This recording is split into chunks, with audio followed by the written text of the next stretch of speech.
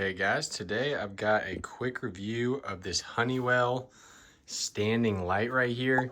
This is perfect if you have a relatively dark room like I do and you're doing review videos or different shots, to be able to get this light exactly where you want to get it.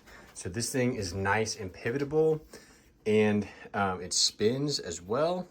So a lot of the time I will just put this like this when I'm doing my recording setup here and it's shining on my face.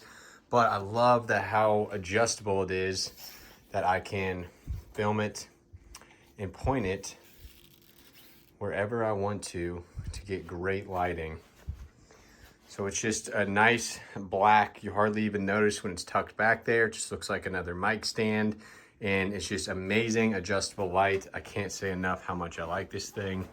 It's also kind of cool that you get light off of the back side of it. And if you hit this power button on the stand right here, you can change the color of the light as well. So you can get from very, very warm to basically bright white light. So there's the very, very warm. And then you can also slide your finger here to increase and decrease the brightness. It's very responsive. So you have a lot of different options there. A nice weighted base that is very strong and holds it up just fine. Overall, just an awesome little light.